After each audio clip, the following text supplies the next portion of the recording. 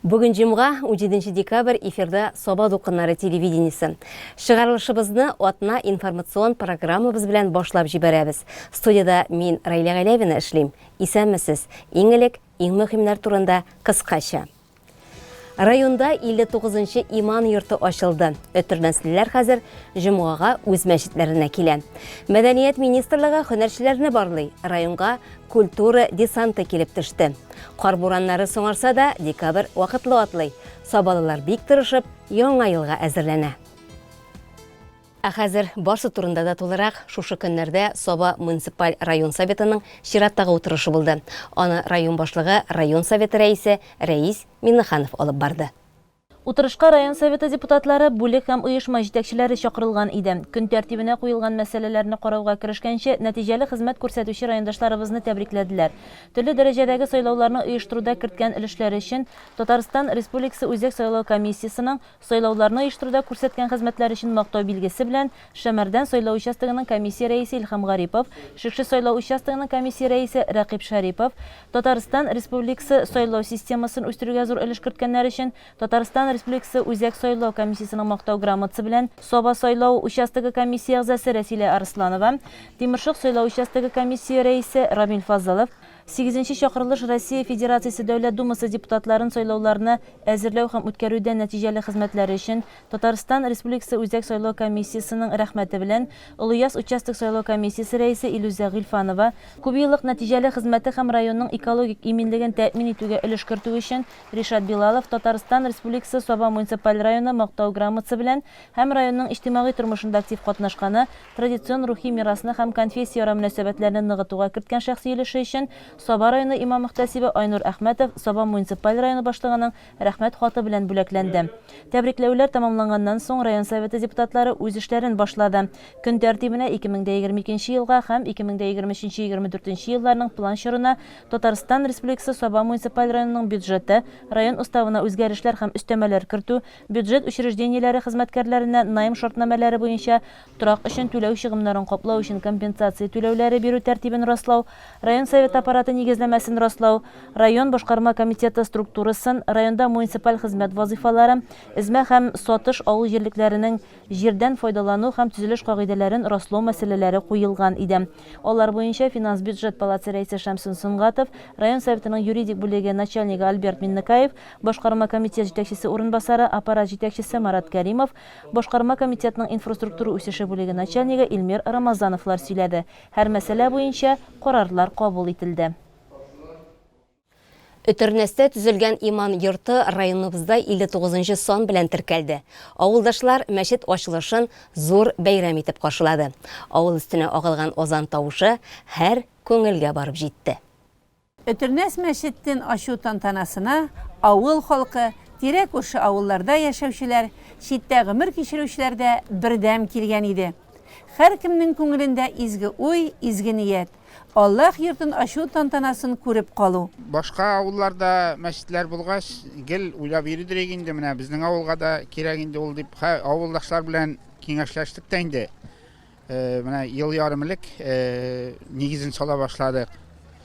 Моны салуда монда безнең авыл гына түгел, Соба районы гына да түгел, Татарстан булышты дип әйтәсе килә.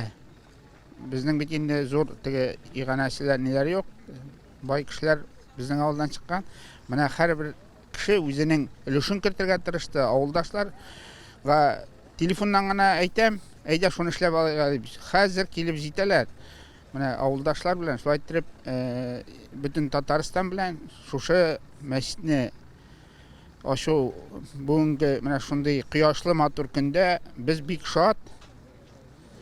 Иман йорты һәр вакыт ачык булсын, анда килеп торсыннар, укысыннар.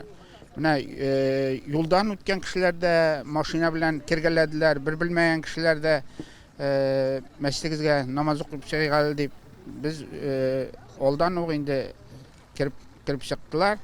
Башка менә алга таба да юлдан үтүчеләр дә шунда үзләренең намазларын үтәп юлларын дәвам итерләр. Хәерле юллар белән аларга, менә авылдашларга бик зур рәхмәт һәм Моны төзергә булышкан барлык кешегә зур рәхмәтемне әйтәм. Илдус әфәнде хаклы. Озын сүзне сөйләгәнче төзелештә эшләгән, хезмәт куйган кешеләргә рәхмәт әйтү мәслихәт. Өтер нәселләрнең шатлыгын уртаклашырга Татарстан Республикасы баш казые Җәлил хәзрәт Фазлыев, Саба муниципаль район башлыгы Рәис Миннеханов, Саба районы мөхтәсибе Айнур хәзрәт Әхмәтов һәм башкалар килгән иде. Өтернәс авылы мәчете имамы Илнур хәзрәт Газизов тантананы ачканнан соң барлык килгән кешеләргә үзенең зур рәхмәтен әйтте, төзелеш эшендә катнашучыларның һәрберсенә рәхмәтләрен җиткерде, дин юлында бергә булыйк диде. Бераз тарихка күз салсак, авылның иң өлкән кешеләре дә авылдагы борынгы мәчетне инде хәтерләми булып чыкты. 88 яшьлек Флора апа Файзрахманова шатлыгы белән уртаклашырга безнең янга килде. Гел карап торам тәрәзәдән, уты янган сайын да карыйм, сүнгән сайын да карыйм. Төнне дә торып карыйм, тәрәзәм туры шунда. Өтенәс авылында зур тантана, зур бәйрәм. Инде монда беренче тапкыр бу авыл тарихында шушындый матур мәчет ачылу тантанасына җыелдык. Инде монда шушы мәчетне төзергә дип башлап йөргән имам-хатиблар, шушы авыл кешеләре бик тырышып, шушы мәчетне бергә салып чыктылар. Инде безнең хуҗалыктан да күпләр ярдәмнәр булды. Шушы кыска гына срок эчендә шушындый матур мәчет сафка басты. Инде аның гомере озын булсын иде, ишекләре ачык торсын иде. Һәр вакытта да монда кешеләр күп булсын. Мәчеттә дугалар, азан тавышлар бу кашында тынмасын иде. Өтернәс авылындагы мәчет районыбызда 59-нчы Аллах йорты булып теркәлде. Ерак тарихта калган. Өтернәс тау башындагы Өтернәс шәһәрчелегеннән шушы изге урынга күченеп утырган борынгы әби бабаларыбызның рухы шат булсын иде. Инде менә җирлегебездә, районыбызда шушындай зур вакыйга, Аллаһка шөкер, җирлегебездә менә 5 авыл, инде шуның 5-нчесендә Өтернәс авылында бүген көндә шундый зур тантана, мәчет ачылышы. Инде Аллаһка шөкер, җирлегебез зурая, матурая. Инде бу үз чиратында мәчет бит инде ул безнең кеше буын, урта буын, өлкән буыннарны берләштерә торган шундый җир. Дини җир дип әйтергә кирәк, Аллаһка шөкер. Инде менә шушы кыска вакыт арасында гына шушы мәчетләрне төзеп чыктык. Инде рәхмәт спонсорларыбызга, инде менә башлап җиргән Илнур абый хәзрәткә иң башында ук инде ошо әйтте. Хакимиятебезгә зур рәхмәт, кыска вакытта гына шушындай җирләр табып, матур иттереп менә бүтән коммунистик эшләп, бүген көндә шушы мәчетнең ачылышы. Инде Аллаһка шөкер, менә Өтернәс, инде бу тарихи җир, шушындай менә Өтернәс шәһәрчеге, инде бүген көндә Аллаһка шөкер шушы Өтернәс авылында дип әйтергә кирәк, инде безнең спорт объектлары төзелеп килә, шушы менә мәчет, инде клуб эшләп килә. Инде Алла бисалда көннәрдә шушында әле безнең планнарыбызда кибет ачу. Инде яшьләр Аллаһка шөкер җирлегебездә кала, җирлегебез үсә, Аллаһка шөкер. Без бик шатбыз. Мәчетнең ишегенә сузылган ал тасма киселгәннән соң ир-атлар илә намазын укырга кереште. Ә урамда хатын-кызлар махсус ясап куелган өстәлләргә тәм-томнар тезделәр. Майлы кыймак өстәлгә менеп утырды, кайнар чәй хәстәрләнде, зур казанда пылау пеште. Барлык халык мәчет манарасыннан азан тыңлап, ашап-эчеп бәйрәм итте. Кыш бабай, кар кызы, биек таулары, җем-җем утлары белән яңа ел якынлаша. Бу көннәрдә һәр җирдә яңа елга әзерлек бара. Иң беренчеләрдән булып яңа елга әзерләнү эшләрен Саба күп тармаклы торак коммуналь хуҗалыгы башлап җибәрә. Бу көннәрдә эшнең айруча кызган чагы. Без дә аларның эшчәнлеге белән танышып кайттык. Бездә яңа елга әзерлек Байлар Сабасындагы үзәк мәйданга урманнан шышы алып кайтудан башлана. Аннары бирегә Сабадагы күп тармаклы торак коммуналь хуҗалыгы хезмәткәрләре килә. Шышыга утлар куела, матур баннерлар урнаштырыла. Үзәк китапхана каршындагы сәхнәдә дә эш төгәлләнгән дияргә була. Бер бригада кечерәк яшьтәге балалар өчен тау ясау белән мәшгуль. Аннан бераз гына читтәрәк зур биек тау ясала. Монда эш бигрәк тә кызу бара. Кемдер бозны тиешле үлчәмдә кисеп тора, икенчеләре аны урнаштыра. Бу атна ахырында өлгертергә иде ди тау ясаучылар. Яхшы һава торышы булсын да, тизрәк укучыларның каникуллары гына башланып китсен. Үзәк мәйдан кышкына да буш тормас. Көннәр җылы булу сәбәпле безнең эш соңрак башланды. Но барыбер да гына инде без тырышабыз өлгертергә. Бузларны инде без больница астындагы плотинадан алайык. Bir atnalik başlanğan şuşu Zurtov, səhne başlanğan. Biblioteka qarşında библиотека каршындагы тауны төзеп бетердек. Хәзер инде кичкенәләргә таулар төзибез. Алла бирсә, шушы тауны 2-3 көн эчендә бетерергә тырышабыз. Һәм дә инде безнең тагын монда качелилар төшәчәк, карусельләр төшәчәк. Алар булачак. Һәм дә безнең мәчет каршында сәхнә яңадан бер төзеләчәк. Яңа елга әзерлек ул үзәк мәйдан һәм коммуналь хуҗалык эшчәнлеге белән генә шикләнми. Үзәк мәйданга керү юлында сезне сөйкемле генә Кыш бабай каршы алачак. Аны ясау өчен җаваплыгы шикләнгән Рамазан җәмгыяте җаваплы. Без кичә белән карны катырып шушындай түгәрәксен ясап куйдык тагын. Без бүген шуннан зурына мотор итеп Кыш бабай ясарга дип планлаштырып төштек инде үзебез белән техниканы да алып төштек. Һәм карларны, чиләкләрне, көрәкләрне үзебез белән әзерләп төштек. Бу көннәрдә үзәк мәйданда эш кайнап тора. Махсус техника кар, боз ташый. Торак коммуналь хуҗалык җитәкчесе Илнур Хәбибуллин үзе дә эшчеләр янында. Киңәш тә бирә, үзе үк ничек эшләргә икәнен күрсәтеп тә ала. Мәчет каршындагы мәйданда да сәхнә ясала. Ә мондагы мәйдан аша ел сайын Кыш бабайлар парады үтә. Бәйрәмне алып баручылар һәм махсус кунаклар өчен булачак ул сәхнә. Кичә сәхнәне эшли башласалар, бүген инде анда эш төгәлләнгән дә. 2 атна инде хәзер шушы тау ию, кыйма тоту, башка эшләрне башкарабыз. Бүген инде шушы центрдагы сәхнә делегация басып сөйли торган, елка паратын ача торган комиссия бастырырга бу җирдә без сәхнә ясыйбыз. Сәхнә ясауның бит инде күреп торасыз, бу буздан, бузны иң беренче елгадан безнең кисү бригадасы бар инде. Һәм инде әзер без белән 2-3 бригада безнең төрле фигуралар, таулар, бөтен әйберләр ясыйбыз. Бу бригада безнең 6 кеше эшли, 2 кыз, 4 җегет. Күргәнегезчә, егетләр бузларны тигезләп тезәләр, кызлар кар растворы белән сылап баралар. Яңа ел якындаша. Аның бик тиздән килеп җитәчәге хакында кардан, боздан ясалган сыннар да, боз таулары да искәртеп тора. Төрле утлар балкышы исә тирә-юньне сихри матурлыкка күмә. Гомумән, елны төгәлләүче мавыктыргыч, серле бәйрәмне кешеләр генә түгел, шәһәр авылларыбыз да матурланып, бизәлеп каршы алалар.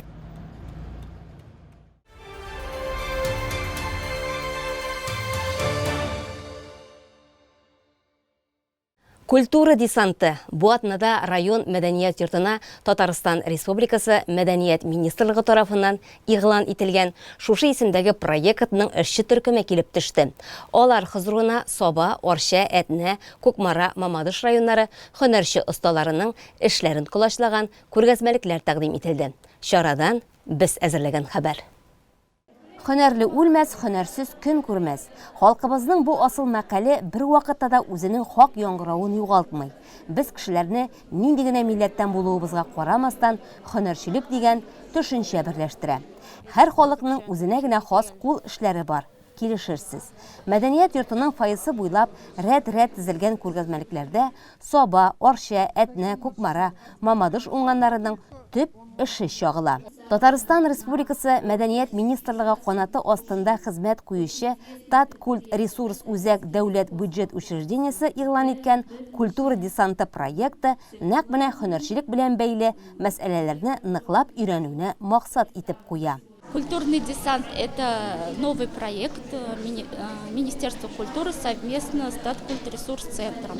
Он реализуется в первую очередь для того, чтобы учреждения культуры шли в ногу со временем. 2020-2021 год поставил новые задачи, и здесь появились новые программы, которые реализуются совместно с Министерством культуры Российской Федерации, Министерством культуры Республики Татарстан. Кулларына әнә җеп алып бәйләп утыручы бу ханымнар Шыңар авылы мәдәният йортын тәкъдим итә.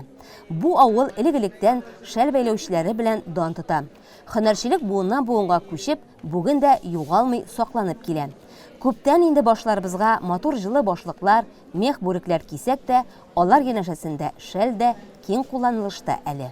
Biz bereki vakitlerde en birinci kuyandan beylidir, kuyan mamağından. O kuyanlarını ilde tutarlar, bir şey aslında turalar indi. Eniler şularını tortup çıkarırlardı, mamağın olup, mene şunday oyalarda oyalap, ondan sonra şulardan en birinci kuyandan hatırlayayım ben özümden beylep giygenimi o kasinka. Аның кырыйлары телле булып торадыр. Оппактан киеп, без шуның белән вечерларга чыгадыр. Менә хәзер дә шәл бәйлиләр Хәзер безнең авылда хәзер дә шәл бәйлиләр. Менә минем үземнең апаем мәсәлән Нурия Бәрәзинә, ул һаман да бәйли.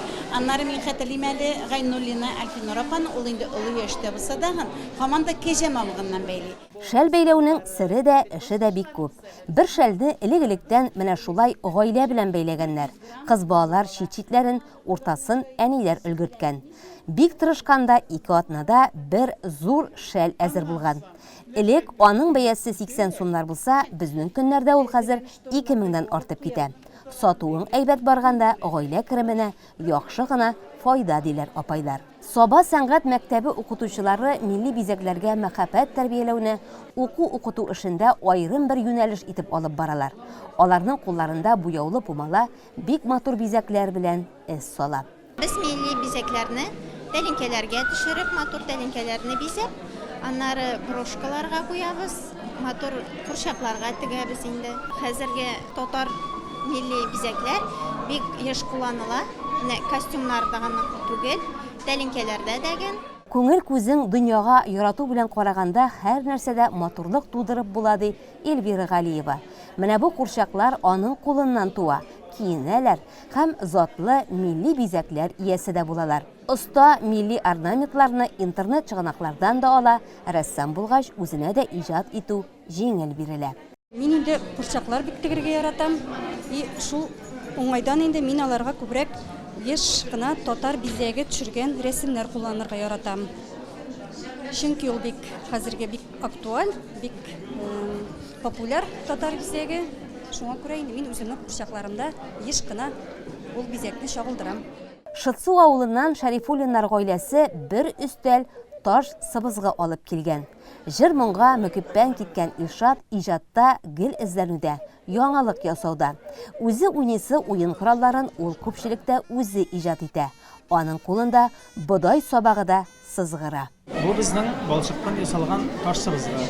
Акарина дип атала. Аның инде һәрберсенең үзенчәлекле тавышы бар. Менә бу зуррагыннан тыңлап карыйгыз.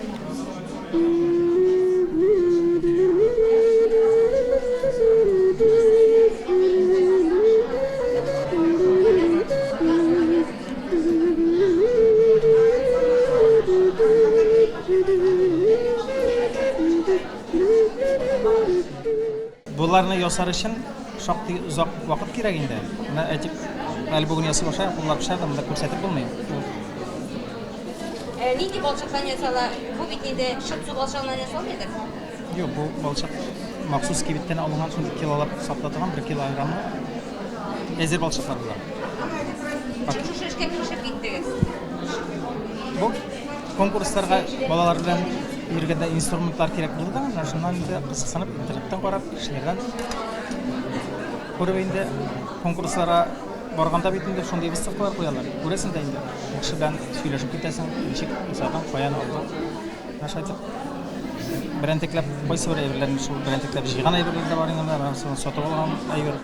Шигу халкыбызның яраткан тагын бер кул эше. Кулына энә җеп тотмаган бер генә кыз бала да юктыр бездә. Бик булганнар кулыннан менә шундый күз явын алырлык эшләр туа. Шигуле сөлгеләр, мендәрләр, тәрәзә кашагалары, урын җир япмалары, кулъяулыклар хәзер менә шулай күргәзмәләр күрке булып күзне иркәли. Явлаштау уңганнары бу һөнәрнең сагында торалар дисәк, бер дә ялгышмабыз. Безнең инде авыл халкы гомергә һөнәрле булган инде. Һәм менә хатын-кызларыбыз һәрвакыт элек-электән сөлге чиккән, алъяпкычны чигеп кигән матур итеп, кулъяулыклар чиккән. Менә шундый милли бизәкләрне хәзерге вакытта да кулланабыз һәм үзебезнең түгәрәкләрдә шушы эшләр белән шөгыльләнәбез. Арча дигәч Шигуле чите, Күкмара дигәч баскан киез итек күз алдына килә. Бу районнар шушы һөнәрчелекләр тарафдарлары. Бүген аларның хезмәтләреннән бик бай күргәзмә шаһитләре булдык. Милли бизәкләр, милли төсмерләр яңа төсләр белән һаманда яңаруда. Безнең Арчага элек-электән һөнәрчеләргә бик бай як булган. Менә без шуңа күрә бүгенге күргәзмәгә үзебезнең Арчаның данлыклы Шигуле читекләрен, кәләпүшләрен, калфакларын алып килдек. Шигу инде элек-электән килгән, бүгенге көндә безнең аның белән өйдә ул һөнәр белән өйдә шөгыльләнәләр. Бик күп шундый осталарыбыз бар. Бик авыр, четерекле хезмәт дип әйтәбез. Менә монда игътибар итсәгез, моның һәрбер җые кулдан эшкәртелә һәм шулай итеп татар халкының милли орнаментлары булган бизәкләр беркетелеп килә. Шулай ук менә яңа гына өйдә эшли башладылар безнең менә шул татар халкының милли бизәнгечләре, алкалар, көмешләр, чулпылар, беләзекләр, менә шундый төрле матур бизәнгечләр шулай итеп ясалып килә. Хәзер бит инде модага кирип китте. Татар кызы конкурслары, төрле татар бәйгеләре, татар әбиләре, татар хатын кызлары дигән менә шул бәйгеләргә бик күпләп аны безнең арчабыздан сатып алалар. Культура десанты проект вәкилләре нәкъ менә шушындый һөнәрчелек сагында торучыларны барлый. Аларга эшләрен дәвам итү өчен мөмкинлекләр тудыру юлларын эзли. Хөкүмәт ярдәмнәреннән файдаланырга чакыра. Недавно в Государственном совете прошла сессия с участием Ираты Кахизяна Аюповой, где также были подняты проблемы развития народных художественных промыслов. Так как в скором будущем будет принят новый закон о развитии народных художественных промыслов и будут внесены правки в республиканское законодательство, где также будут рассмотрены все, учтены, получается, все замечания, да, и все для того, чтобы народные промыслы Татарстана у нас расцветали. Һөнәрчелекне чәчәк аттыруда барсына да тәфсилләп төшендерү өчен менә шулай Саба җирендә очрашу кирәк булды. Һөнәр осталары үз һөнәрләрен яклап мастер-класслар күрсәтте. Министрлык белгечләре грантлар алу, аларда катнашу тәртипләрен аңлатты. Күп очракта финанс ярдәмне ала алмау бу юнәлештә грамоталык җитеп бетмәүгә килеп төртелә. Хөкүмәт акчалары, грантлар артында шактый саллы документ эшләре ята. Аларны тутыру тәртипләре дә яхшылап аңлатылды бүген. Кыш көнендә кардан чистартучы, калган ел фасылында бакча эшләрен башкарып печән чабучы. Түбән Симит авылы Кулибины Илшат Галимов менә шундый универсаль техника барлыкка китерә. Бүген аның видеолары интернет челтәрен яулап, кызыксынучылар санын арттыра. Уйлап табучының үзе белән безнең иҗат төркеме дә очрашып кайтты. Авыл җирендә хәзер кул хезмәтен техника алыштыра торган заман. Шуны уйлап Илшат Галимов та фантазия һәм күп еллар туплаган тәҗрибәсен эшкә җигә. Универсаль техниканы ул 2019 елда ясый башлый. Хыялны чынга ашырга 4 айдан артык вакыт китә. Тимер ат 1 ел сынау үткән. Хәзер аны халык белән дә таныштырырга була. Интернеттан да кирип карадым, телевизордан карадым, кызыксынып туктап килеп чыкмас микән дип. Бер файдалы хезмәт булыр дип үземә дә инде тимер җимер белән калгыш ясап карыйм дип бер хыялланган идем башта. Шуннан запчастлар хәстәләгә башладым, ярты елга якын. Бер иске шестерка машинасын сатып алып, шуның запчастларынан сүтеп, шуның үзелгән куеп җыя башладым инде башта раннардан. Техниканың двигателе мотоблокныкы, уйлап табучы аны сатып алган. Әле ясап бетергәч тә камилләштерү эшләре дәвам итә. Бер генә мост җитмәгәч, өстәмә итеп икенчесен куйган. Иң катлысы рамел инде, мостлар утырту. Кыскарту мостларны. Аларны кисеп, туры китереп яштырып, үзем сар көрәм үзем эшлим. Инструментлар бар инде хәзер элекке шикелле. Бер туган абысы Илһам күршедәгенә яши. 12 гектар җире 15 баш малы булган фермер техника ярдәменең мөһимлеген яхшы белә. Тагын бер тимер ат барлыкка килгәч, эшләр тагын да җиңеләйде ди. Энегә шелеви вакытта булса менә башуда чәчү эшләре вакытында, яз көннәре, кыш көннәре, бу вакытларында техника яктан развитие менә баш эшләмәсә шушындый техника ясап чыга алмасы, уларга күптән хыялланып иде инде. Мен теге үзем бит үзем техникалар белән эшләгәннән, минем үземнең 282 бар, көндез белән эшләтәм инде. Abi миндә ясап карыйм әле бакча эшләренә дә кенә синең эшне җиңеләйтермен хуҗалыкта дип шайтып тотындым да инде аны. Менә кышка уларны шулай итеп чүмешләре күтәрә торган итеп, шулай итеп җый торган итеп ясап чыкты. Үзгәртүләр булды инде. Бит ни белән программа белән эшләгән эш түгел. Һаман һәрберсен güzellәп, интернеттан карап эшләгән нәрсә.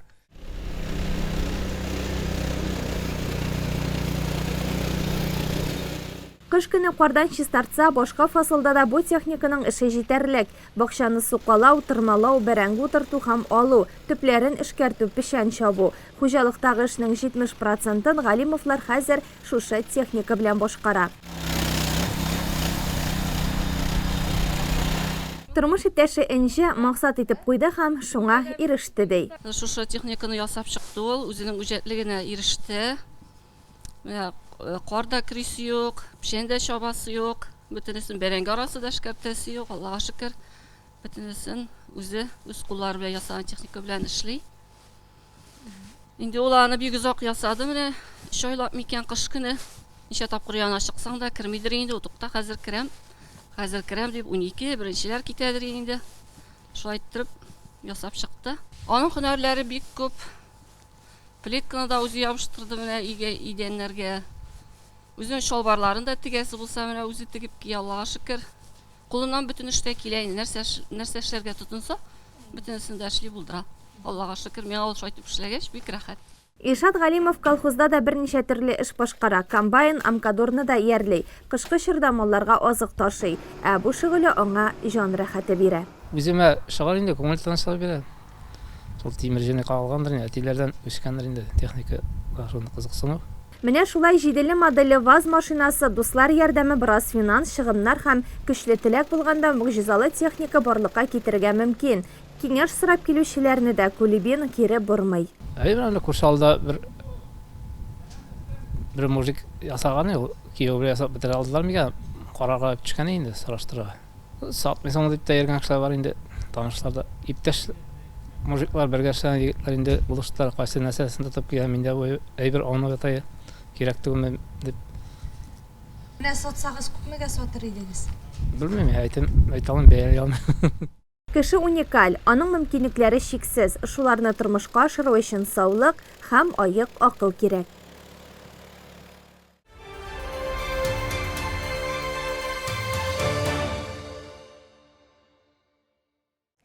Фархот Исмаилов исеме сабаларга яхшы таныш.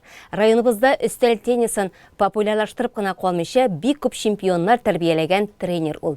Тынгысыз хезмәтен бәяләп, аны 2022 ел өчен ел хатын-кызы, ел ир-аты, хатын-кыз күзлегеннән республика бәйгесенә тәкъдим итәләр.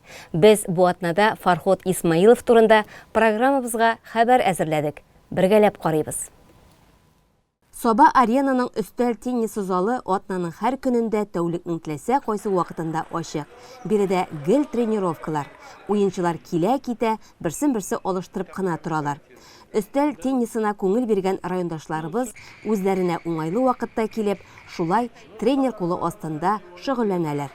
Тренер Фархот Исмаилов көне буе залда. Ул уйнарга кем килсә дә бик шат. Өстәл теннисын сайлаучыларга ул уенның бар серләрен өйрәтә.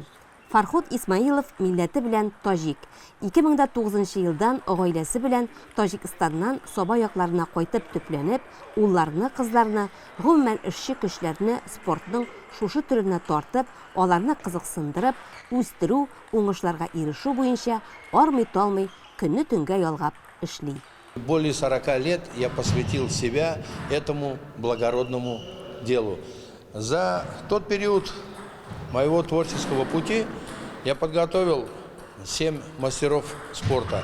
И сегодня моим счастьем, отрадно мне то, что более 40 детей с неограниченными возможностями окружает меня. Я прихожу домой веселый, радостный и с мыслью, что сегодня я был полезен целой плеяде, таких как Раиль, таких как Лейсан и подобные им детишкам. Бүгенге көндә 100дән артык райондашыбыз өстәл теннисы белән яратып шөгыльләнә. Алар өчен шушы Саба аренада бөтен мөмкинлекләр тудырылган. Иркен зал, өстәлләр, ракетка, шарлар һәм иң мөһиме тренер. Кил дә уйна. Тренерның максаты күбрәк адаптив спорт юнәлешендә эш алып бару. Интеллектта һәм хәрәкәт итүдә тапылышлары булган балалар, өлкәннәр белән шөгыльләнү. Аларны тулысынча сәламәтләр белән шөгыльләндерү алымын безнең җирлеккә кертү тренерның алгарышы. Раил Галиәкбәров яшь үсмер чагында юл һәлакәтенә очрап коляскага кала. Күңел төшенклегенә бирелгән иң авыр вакытында ул бирегә тренер Фархот Усман улы янына килә. Үҗәтләнеп спортка кереп китү бүген инде җимешләре белән сөендерә. Раил район, республика турнирларын отып, Рәсәй күләм биеклеккә күтәрелә. Хәзер Рәсәй җыелма командасы составында илдән илгә йөреп, мәртәбәле исемнәр яулый. Тәҗрибәсен тренировкалар белән ныгыта. Фархот Усманович — это человек с большой буквы. Когда в 2012 году я пришел к нему на тренировку, он принял меня как своего. С тех пор он меня тренирует.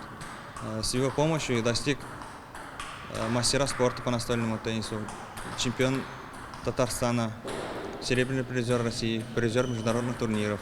На этом путь у нас не заканчивается. Цель — идти вперед. Поэтому я хочу пожелать Фархоту Усмановичу только здоровья, чтобы он не болел, чтобы мы были вместе, всегда тренировались вместе. С его помощью я достигну очень высоких результатов. Зур уңышлары күп теннис түгәрәгенә йөрүчеләрнең. Россия чемпионатының бронза, көмеш призер ияләре, спорт мастерлары, Россияның, Татарстанның җыелма командалары уенчылары, Европа, дөнья чемпионатларының җиңүчеләре. Араларында күбесе стипендиатлар. Бу сафта Владимир Богданов та бар. Беренче класстан йөри башлам тенниска. Шуннан бирле көп нәтиҗәләр күрсәтә башлаган. Мотор результатлар, Татарстан чемпионатларына катнашам. Анда урыннар алам. Беренче, икенче, өченче урыннар бар минем. Һәм шул чемпионат Россияларга йөрим, Саран шәһәрләренә. Анда да мотор уңышлар, урыннар завоевайтам. Стипендиялар алам. 8800 стипендия алам ай сайын, 3нче урын өчен. Менә Фархот Усмановичка рәхмәт әйтәм. Ул әзерләмәгән булса, мин мондай мотор результатларны күрсәтмәсем. Фархот Усмановичка бик зур рәхмәт, шундый әзерләүгә, шундый Саран шәһәрләренә алып баруына рәхмәт. Ул менә нинди тренер? Требовательный. Ул әйтә, тренировкаларны калдырмаса кирәк, көн сайын йөрә кирәк. Калдырсагыз, результатны алмыйсыз. Шуңа күрә мин тырышам көн сайын килергә тенниска, тренироваться итәргә, чтобы Россиядә мотор урыннар алып кайтырга, Татарстанны яклап кайтырга. Пошли в произвольной форме. Диагональ справа направо, слева налево. Өстәл теннисына йөрүче райондашларыбызның 30-ы сәламәтлекләре шикле, 8-е Даун синдромлы төркеменә керә. Тренер залга килгән һәркемгә сәламәтме ул, тайпылышлымы бердәй карашта. Ул аларны кулыннан тотып, ракетка белән идарә итәргә өйрәтә. Тынгысыз шушы нәнишарга карата мәхәббәт тәрбияли. Камил Вилданов балалар бакчасыннан 6 яшеннән тенниска йөри башлаган. 6 ел дәвамында тәмам чыныгып, ул хәзер район, республика турнирлары, лигалары призеры. Максаты тагында югары үрләр яулау. Мин тенниска йөрәш килде, кайчан садикта йөрдем дә, әйттеләр, 6-да сагат тренировка була. Мин тренировка барас килде, әйтсәгә әйттем. Шунда кызыксынып китте теннис. Шунда йөрә башлады. Фархот Усманович, Хайм Фродовичлар әйбәт тренерлар, өйрәтәләр әйбәт, калакта кычкыралар, яисә дөресәмәсәң, налар әйбәт. Мин монда тенниска 5 ел йөрәм, анда кызык уже. Бер кочак балалар янәшәсендә Фархот Усман улының үз балалары да бар. Динара, Хайом, хәзер үзләре дә теннис осталары. Әтиләре янында 5-6 яшьтән шарчык очырган уллар-кызлар чемпионнар булып үсеп җиткәннәр. Хайом югары белемле спортчы. Инде менә 7 ел Саба аренада теннис буенча тренер булып эшли. Россиянең спорт мастеры. Динара Идел буе спорт һәм туризм академиясендә адаптив спорт юнәлешендә 2нче курста укый. Бүгенге көндә бар күңелен тренировкаларга биргән. Якын арада Татарстан җыелма командасы составында Чебоксарда 22 яшькә кадәр яшьләр арасында үтәчәк Россия беренчелегендә катнашасы бар аның. Саади хәзерге вакытта Германиядә. Ул шулай төрле илләрдә тренировкаларда, ярышларда катнаша. Теннис буенча Татарстан җыелмасы, Россиянең милли җыелма командасы уенчысы. Шулай ук спорт мастеры. Әти кеше шушы балаларның уңышларына куанып, аның эшен дәвам итүләренә канәгать булып яши.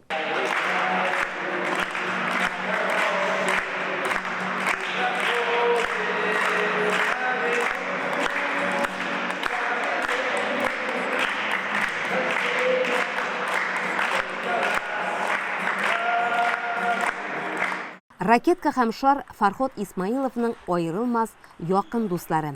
Алар янәшәсендә айрылгысыз тагын бер дусты бар әле аның – гитара.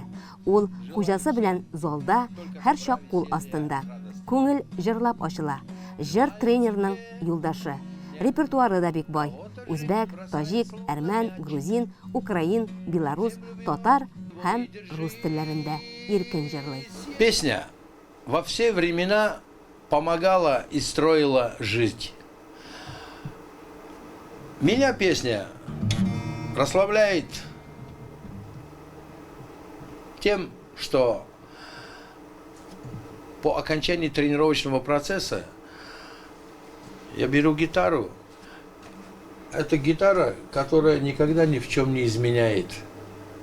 И она меня расслабляет, я пою, вспоминаю всех своих друзей детства, всех своих друзей юности, молодости. Ну и, конечно же, нынешних друзей, потому что все песни, которые я стараюсь петь, они связывают меня с дружбой моих друзей, с дружбой. Мин сиңа корымда, елларны солымда, гомернән узганын оңлыймын. Тикишлек узмаган ул заман, диеп мин үземне алдымын.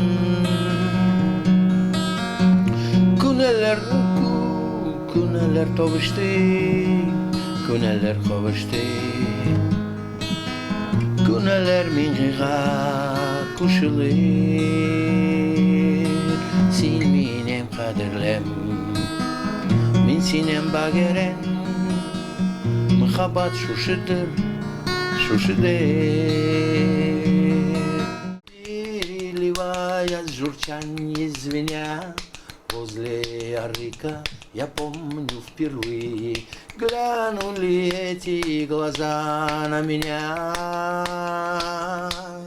В небе блещут звезды золотые, ярче звезд очей твоих краса.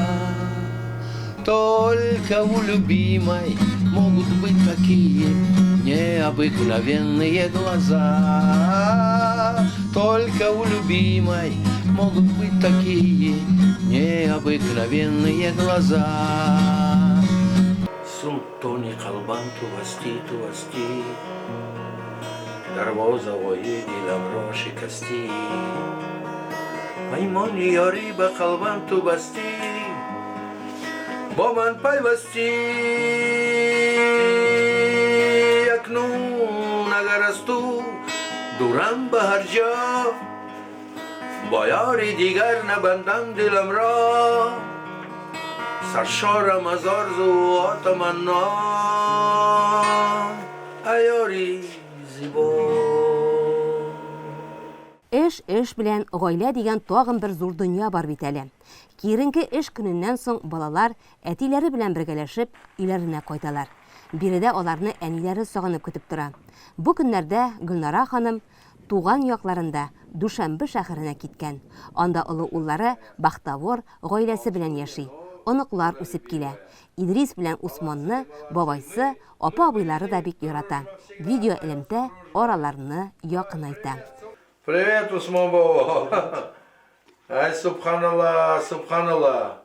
Вот мои внучата. Идә теннис ярышлары бүләкләре игътибар үзәгендә. Алар яңалары өстәлеп, гел ишәю өстендә. Хуҗа аларның һәр кайсы турында тәмләп сөйли. Это наши регалии общие, это наши кубки семейные. Я остановлюсь на грамоте президента Российской Федерации Владимира Владимировича Путина. И я был удостоен вот этой медали за активное участие и проведение Всемирной универсиады в 2013 году в городе Казани. И по итогам моего труда в области физической культуры и спорта Рустам Нургалиевич Миниханов, президент Республики Татарстан, в 2019 году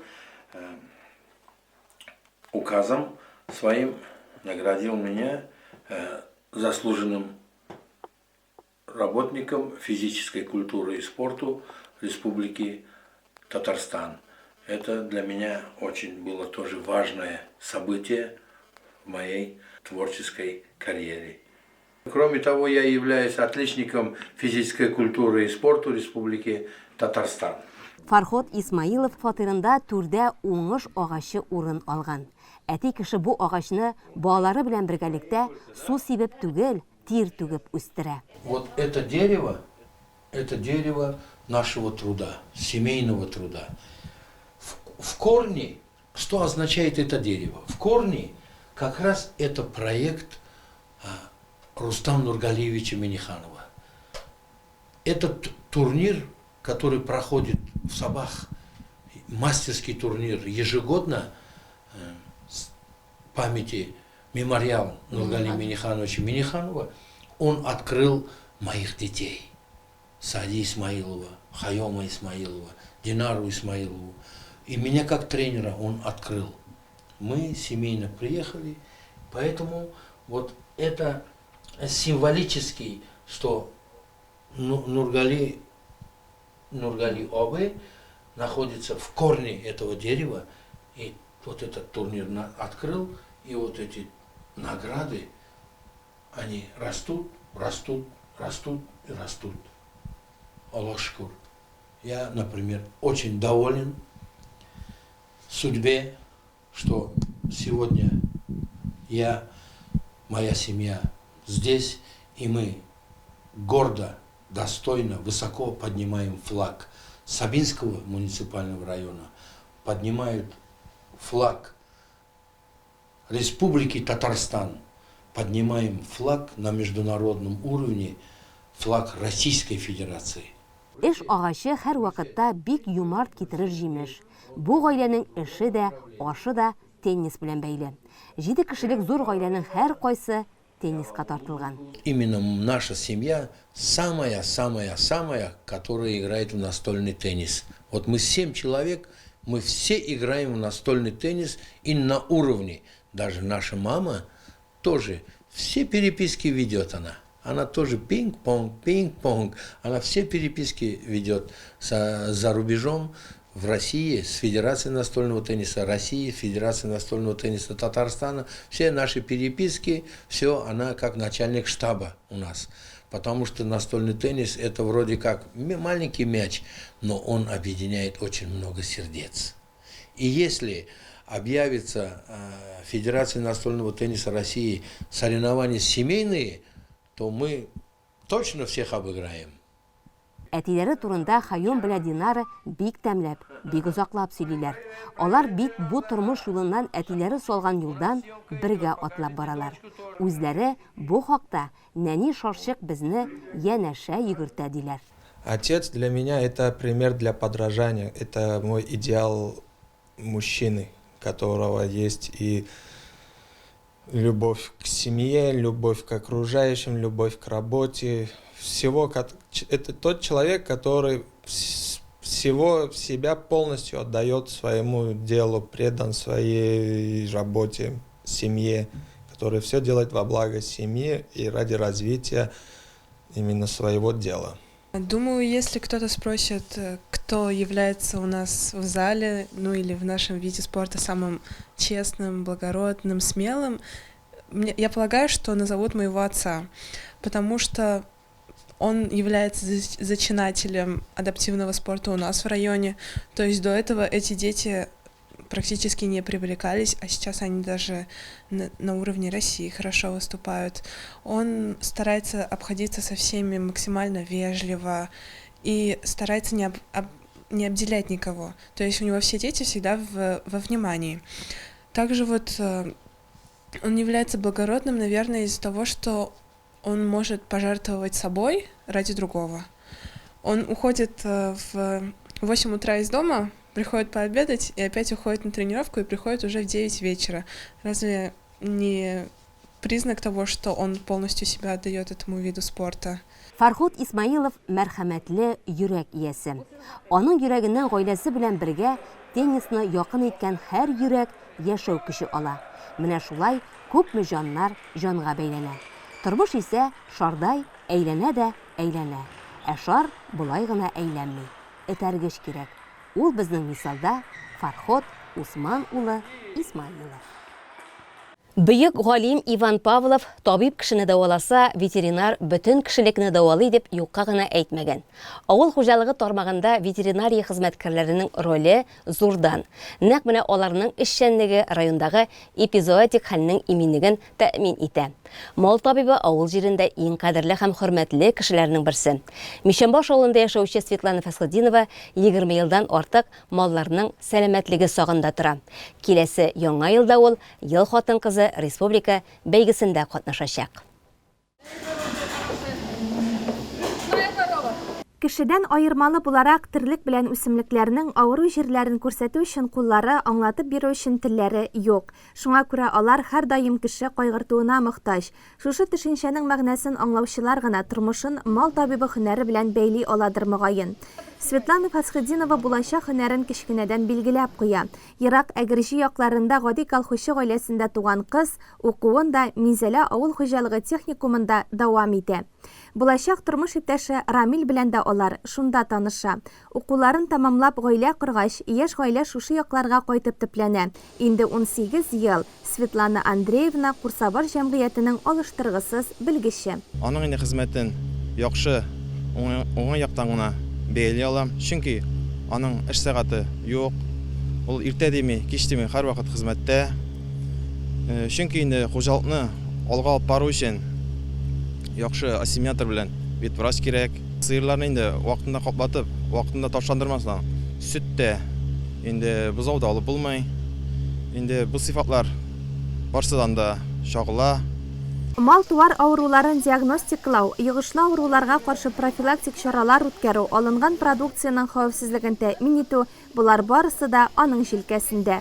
Яңалыкларны бик күп кертә инде безнең җәмгыятькә, бөтен белгәннәрен шушы җәмгыятьтә файдалана инде. Җәмгыятьнең шулай югары сөт сауларында аның өлеше бик зур дип әйтә алам инде. Светлана күзәтүендә 1770 баштан артык мөгезле эретерлек. Алар белән эшне ул иркәләүдән башлый. Маллар да кеше сыман, назлаганны ярата. Табиб вазифасыннан тыш ул әле ясалма орлыкландыручы да. Сегодня была заправка азотом, дозаправляли, чтобы семя не умерло. Заправка прошла хорошо. Заманча булу белән Светлана хуҗалыкка яңалыкларны еш кертә. 2018 елдан сыерларга эмбрион утырту эшен тирәнтен өйрәнә башлаганнар. Сынаудагы 20 очракның 15-е уңышлы тамамланган. Сейчас научный подход, эмбриопересадкой начали заниматься. То есть доноров осеменяем, вымываем и подсаживаем уже готовый эмбрион другим коровам. Шулай да мал табибы иң зур игътибарын яңа туган бозауларга юнәлтергә тырыша. Тугач та алар тәрбия һәм дөрес дәвалау, шыныктыруга мохтаҗ. Ферма хезмәткәрләре һәр мал өчен җавап тота. В основном профилактические меры все в новорожденном виде. Витаминизация. Вакцинировать начинаем с месячного возраста. Светлана Андреевна белән көн сайын иртә белән очрашабыз. Ул иртә таңнан яныбызга килеп керә дә башта хәлләрегез ничек дип сорый, сорауларыгыз юкмы ди. Без сораулар булса гел аңа мөрәҗәгать итәбез. Идәдә маллар асрыйбыз, идәге маллар авыртса да аңа мөрәҗәгать итәбез. Эш көнен тамамлап кайткач та өенә керергә ашыкмый ул. Монда да аны бер абзар мал, тавык, чебешләр көтә. Аннан башка да булмый. Ире Рамилнең вафатына 11 ел. 2 баласы да инде зурлар. Казанда педагогия көллиятендә белем алалар. Аларны укытырга акча кирәк. Тормыш арбасы бик авыр. Һәм аны Светлана үзе генә тартып алып бара. Ялгыз өйдә яшәү дә куркыныч. Соңгы елларда кайнанасы Римма ханым монда еш була. Бик матур гына яшәдек. 5 ел бергә тордык. Светлана бик уңган килен булып чыкты. Бик булышы да бөтен эшләргә дә җитез йөгереп йөри. 2 аны алып кайттылар. Берсе внук инде, берсе внучка кызыбыз. Хәзер инде икесе дә зур үстеләр, Казанда укыйлар. Хезмәт кешесе өчен иң зур сөенеч эшнең халык, җитәкчеләр тарафыннан югары бәяләнүе. Бу яктан Светлана бик бәхетле. Аның өен министрлыкның диплом, грамоталары бизи. Татарстан Республикасы президенты Рөстәм Миңнехановның рәхмәт хаты да түрдә урын алган. Ә иң зур бәхет балачак хыялына тугры калып, хәзердә шуны дәвам итү. Родилась в семье крестьян, можно так сказать. Папа у меня всю жизнь работал ассиминатором, мама передовая доярка была. Все детство прошло у меня в деревне, поэтому, наверное, я так отношусь к своей работе. Нравится мне. Светлана Фасхетдинованың бу иң матур чоры. Балалары уңышлары белән сөендерә. Уку белән бер рәттән аларның икесе дә волейбол уенына бирелгән. Яраткан эше һәм аның белән бәйле бик күп хыял, максатлары бар. Бу атна менә шундый яңалыклары белән үтеп бара. Вакыйгаларның нинди бурылыш алуын безнең киләсе атна информацион программасында карый алырсыз. Үзегезне борчыган мәсьәләләр булса, 24311 телефоны белән безгә хәбәр итегез. Урыннардагы җитәкчеләр белән проблемаларыгызны яктыртырга, чишелеш юлларын ачыкларга тырышырбыз. Шушы сылтамалар белән безне интернет чыганаклардан күзәтеп бара аласыз. Яңа ел алды кәефләрегез күтәренке булсын. Бүгенгә сау булыгыз.